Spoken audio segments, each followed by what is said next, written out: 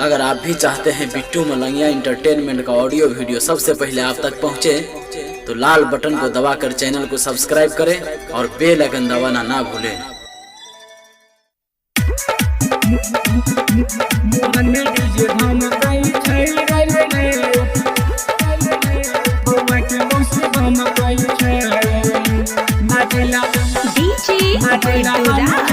मधुबनी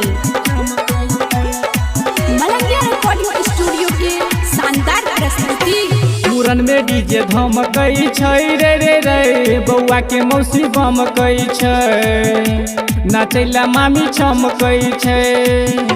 मूरन में डीजे धमकई छै रे रे रे, बउआ के मौसी बमकई छै, नाचैला मामी चमकई छै। बउआ के एले मामी, बउआ के एले नानी, देख बउआ के बाबा सन कई छै रे रे रे।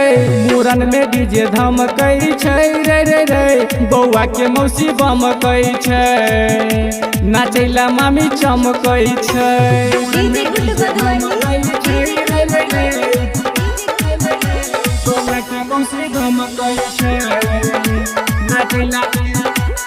नौआ काटै छै बउआ के झुलफी, दीदी लै छै केस रे, कूदकी के मौसी घूमै छै, बना के अपन फेस रे, बना के अपन फेस रे। नौआ काटै छै बउआ के झुलफी, दीदी लै छै केस रे, कूदकी के मौसी घूमै छै, बना के अपन फेस रे। हो डीजे वाला भाई दन वॉल्यूम बढ़ाई, नाचैला बउआ के मौसी उमकई छै रे रे रे।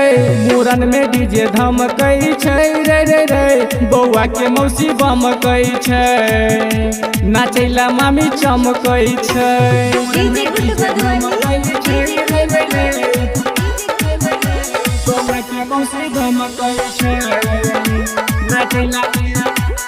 बउआ के केस काटे के बदला नौआ मांगे छै मौसी के, पियर धोती कुर्ता गमछा दै छै दादी निहुची के, दै छै दादी निहुची के। बउआ के केस काटे के बदला नौआ मांगे छै मौसी के, पियर धोती कुर्ता गमछा दै छै दादी निहुची के। हो दीपक दीवाना लगाब कने गाना, सब तोरे गाना ला ठुनकई छै रे रे रे। मूरन में डीजे धमकई छै रे रे रे, बउआ के मौसी बमकई छै, नाचैला मामी चमकई छै।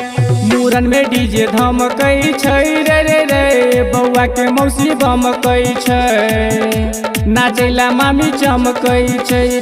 बउआ के एले मामी, बउआ के एले नानी, देख बउआ के बाबा सन कई छै रे रे रे। मूरन में डीजे धमकई छै रे रे रे, बउआ के मौसी बमकई छै, नाचैला मामी चमकई छै, चमकई छै।